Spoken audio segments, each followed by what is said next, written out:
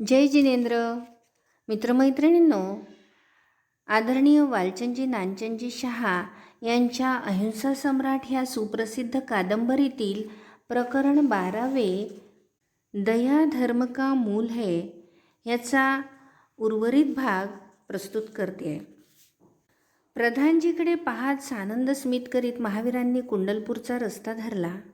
पुढे 2च दिवसांनी संथागारावर अहिंसेचा झेंडा फडकू लागला. गणराज मंडळाची बैठक आज संथागारात आहे असे सर्वत्र ध्वनित झाले.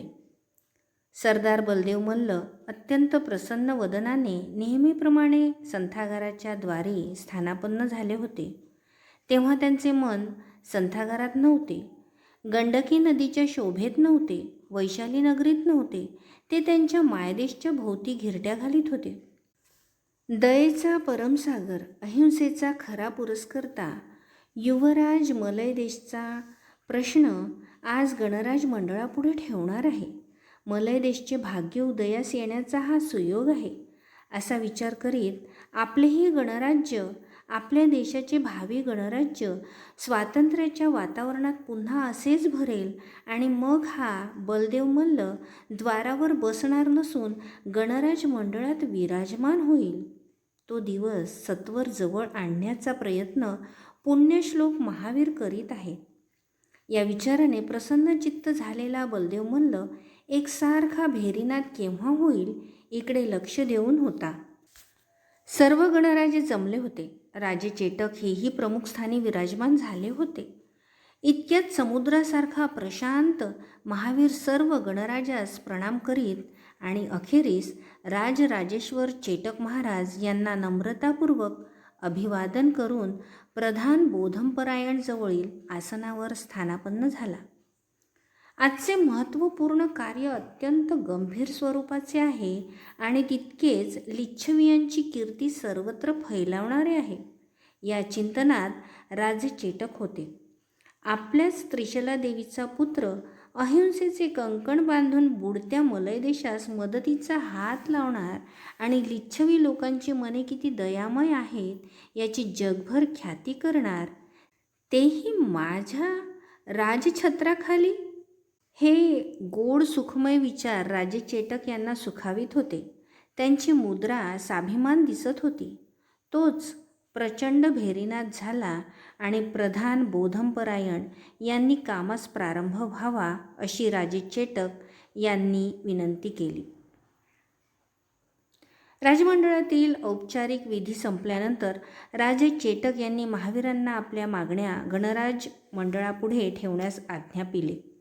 तेव्हा महावीर म्हणाले, गणराज मंडळ, सेनापती सिंह आणि राजे चेटक महाराज, आज एका महत्त्वाच्या प्रश्नाचा विचार आपणास येथे करायचा आहे. आपण लिच्छवी लोक अहिंसा धर्माचे पुरस्कर्ते आहोत. केवळ पशुहत्या बंद झाली, केवळ मांसाहार बंद झाला, केवळ जुगार शिकारी बंद झाल्या म्हणजेच अहिंसेचे सर्व कार्य संपले असे होत नाही. अहिंसेच्या व्यापक व महत्त्वपूर्ण कार्यातील हे फक्त प्रवेशद्वार आहे. किडामुंगीस आणि कीटकास तसेच साप, व्याघ्र इत्यादी क्रूर श्वापदास अभयदान देणे हा अहिंसा धर्माचा प्रारंभ होय. विशाल अहिंसा, खरी अहिंसा याच्याही पुढे आहे.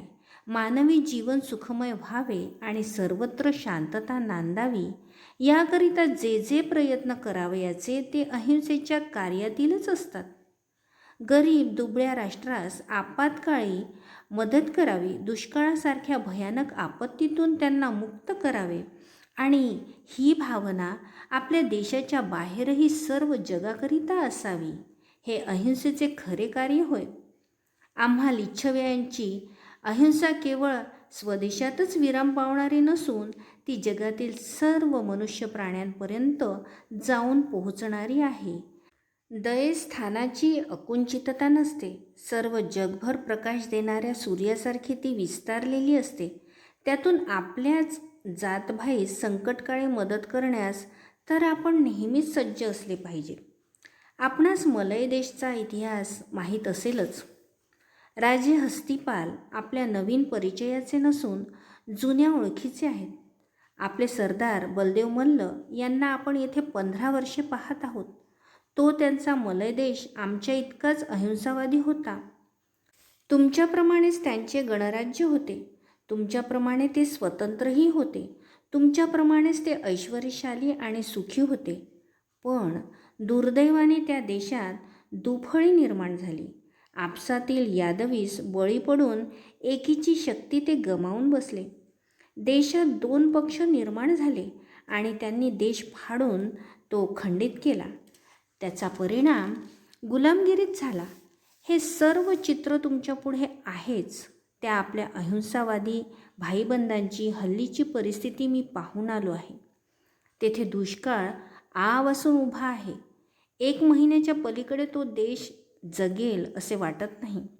नवे धान्य नाही, जुने संपुष्टात आलेले आहे आणि हल्लीचा राजा त्यांना कसलीही मदत करण्यास तयार नाही. अशा वेळी दयेचा झेंडा गौरवाने जगभर मिरविणारे आम्ही लिच्छवी लोक स्वस्थ बसू काय? संकटातून आपल्या भाईबंदास मुक्त करण्याकरिता जाणे इतकी विशाल अहिंसा आमची नाही काय? दुष्काळाने पटापट मरणारे आपले भाईबंद यांच्या करुण किंकाळ्या आपण स्वस्थ ऐकत बसणार काय? ज्याप्रमाणे मोक्ष हे आपल्या धर्माचे अंतिम साध्य आहे, त्याचप्रमाणे स्वातंत्र्य हे माणुसकीचे अंतिम साध्य आहे. जेथे स्वातंत्र्याची माणुसकी नाही, तेथे धर्माचा प्रतिपाल कसा होणार?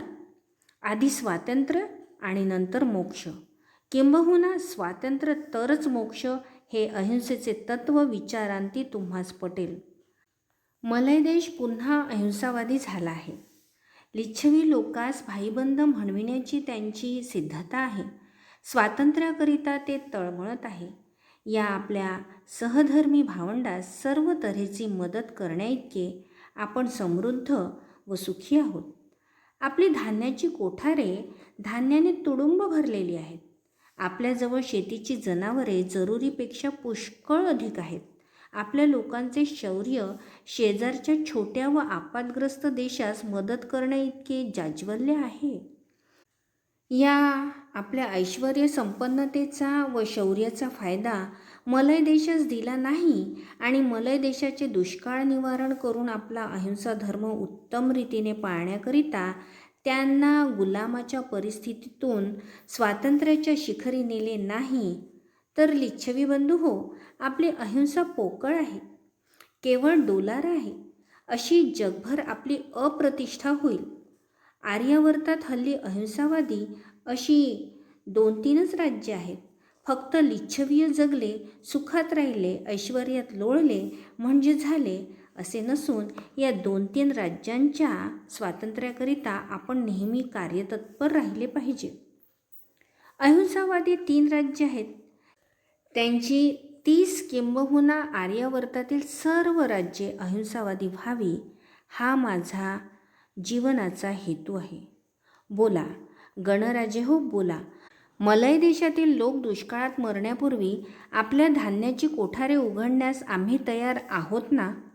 तुमचे पुत्र आणि नातलग यांना सेनापती सिंह यांच्या अधिपत्याखाली मलय देशचा स्वातंत्र्याचा लढा लढविण्याकरिता तुम्ही तयार आहात का? माझ्या प्रश्नाचे उत्तर विचार करून, मनन करून, अहिंसेच्या तत्वाचा थोरपणा जाणून प्रथम द्या. इतके बोलून महावीर स्थानापन्न झाले. तेव्हा ब्राह्मण कुंडलपूरचे राजे धर्मराज म्हणाले, अहिंसेचा धडा आज आमचा पूर्णत्वास गेला. अहिंसेचे विशालत्व आज आमच्या प्रत्ययास आले. खरी अहिंसा काय आहे हे आज आम्ही शिकलो. नाहीतर यापूर्वी केव्हाच मलय देशास स्वातंत्र्य देण्याकरिता आमचे शक्ती सामर्थ्य आम्ही खर्चिले असते. उशिरा का होईना महावीर, आपण आज आमची कर्तव्य जागृती केलीत.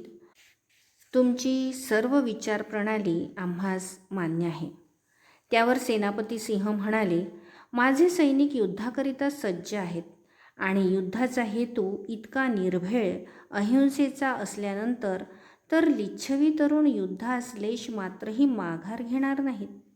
माझी पूर्ण खात्री आहे की आमच्या सैनिकांच्या मदतीने मलय देश सत्वर स्वतंत्र होईल. यावर वाणिज्यग्रामचे राजे गोवर्धनदास शेठ म्हणाले, या अहिंसेच्या कार्याकरिता माझे धान्याचे प्रचंड कोठार मी युवराज महावीर यांच्या स्वाधीन करण्यास तयार आहे. आपल्या राष्ट्रीय कोठारात तर अपरिमित धान्य आहे आणि बैल जनावरास तर आपल्या देशी वाण नाही. दुष्काळग्रस्त मलय देशास वाचविण्याकरिता एक क्षणाचाही विलंब न करिता आपल्या देशाची प्रचंड मदत होऊ द्या. त्यावर प्रधान बोधमपरायण म्हणाले, युवराज, तुमचे तत्व मलाही मान्य आहे. या गणराज्यात महावीर तुम्ही विशद करून दिलेल्या अहिंसेच्या कार्यास विरोध होईल असे मला वाटत नाही. तरी युवराजांनी आपल्या प्रत्यक्ष मागण्या गणराजांपुढे मांडाव्या अशी विनंती आहे.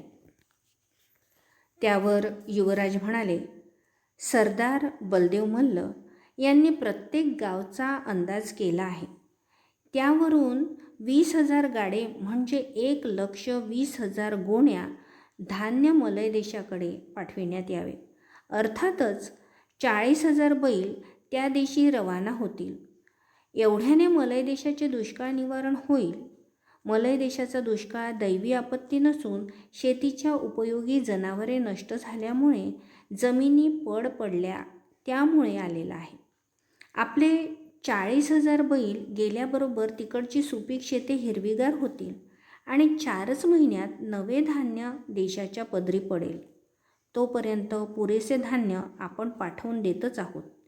ही माझी पहिली मागणी होय. युवराज राजे चेटक आतुरतेने मध्येच म्हणाले, या मागणीवर मला प्रथम मते येऊ द्या, नंतर तुमची दुसरी मागणी मांडा.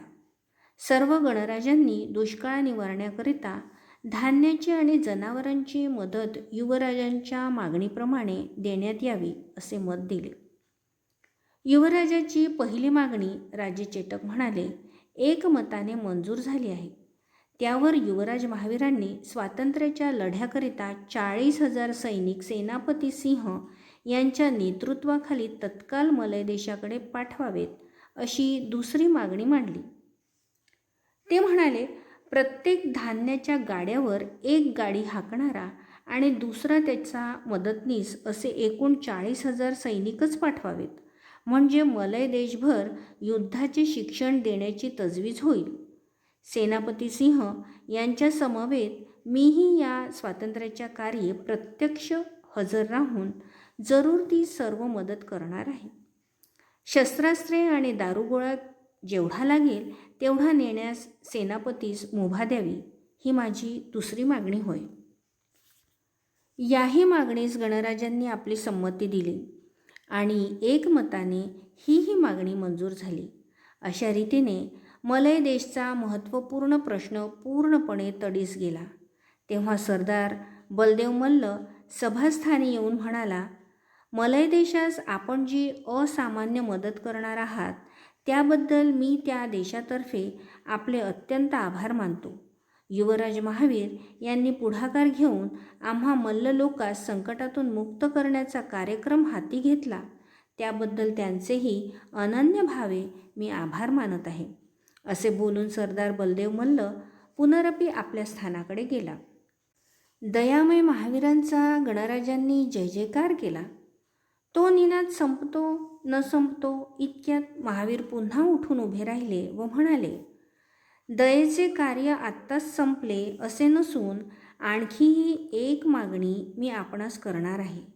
येथील अतिशूद्रांच्या मोहल्ल्यात जाऊन मी त्यांची करुणमय स्थिती अवलोकन केली आहे. तुर्तातुर्त थोडीशी मदत त्यांना होईल अशी योजना झालेली आहे. तथापि आपल्या राज्यतंत्राकडून त्या अनाथ दुबळ्यांना माणसाप्रमाणे जगण्यास जरूर अशी साधने देणे आणि राहण्यास बरीशी घरे बांधून देणे अत्यंत अगत्याचे आहे. पडक्या मोडक्या चंद्रमोळी घरातून अत्यंत दारिद्र्यपीडित असे ते अर्धपोटी लोक राहत आहेत. त्यांना हवेशीर घरे बांधून देण्यात यावी. त्यांच्या आरोग्याकरिता एक मध्यवर्ती रुग्णालय देण्यात येऊन त्यांना एकत्रित जमण्याकरिता एक विशाल गृह बांधून देण्यात यावे. त्यांना हल्ली वेतन अत्यंत अल्प देण्यात येते. त्याकरिता किमान पक्ष एक रौप्य मुद्रिका हे त्यांचे वेतन प्रत्येक माणशी ठरवून तसेच आज्ञापत्र काढण्यात यावे. भरपूर पाणी, शुद्ध हवा, आरोग्याची सोय या जगण्याकरिता भरपूर वेतन एवढे शक्यतो लवकर होईल अशी योजना वैशालीत आणि देशभर करण्यात यावी. याकरिता तज्ज्ञांच्या सल्ल्याने जरूर तो पैसा व्यय व्हावा. आम्ही अहिंसेचे भोगते आणि आमच्या राजधानीतच पशुकीटकांप्रमाणे राहणारे मनुष्य प्राणी असणे ही गोष्ट लाजिरवाणी आहे. लिच्छवी राज्यतंत्राचे लक्ष यापूर्वीच आपल्या गरीब दुबळ्या बंधूकडे वेधणे जरूर होते. तथापि आजपर्यंत त्यांची उपेक्षा झाली. वैशालीचे हे दारिद्र्य, बोधमपरायण म्हणाले, ताबडतोब नष्ट झाले पाहिजे. माझे सहकारी मित्र याही युवराजांच्या मागणीस संमती देतील असा मला भरवसा आहे. राजे चेटक यांनी मते घेतली आणि दयामय युवराज यांचे आजचे दयेचे कार्य पूर्ण यशस्वी झाले. सर्व वैशालीभर तो दयेचा सागर आहे अशी युवराज महावीरांची प्रशंसा झाली. युवराजांच्या मागणीप्रमाणे 4 दिवसांनी सर्व सिद्धता झाली. 20,000 गाडे धान्याने भरून मलय देशच्या दिशेने जाऊ लागले. त्यातच 3,000 गाड्यांची भर पडली. सैन्याकरिता कपडे व शस्त्रास्त्रे त्यातून होती. एकंदर 46,000 सैनिक मलय देशाची वाट चालू लागले. समवेत सेनापती सिंह आणि युवराज महावीर निघाले. ते चित्र पाहण्याकरिता वैशाली लोटली होती.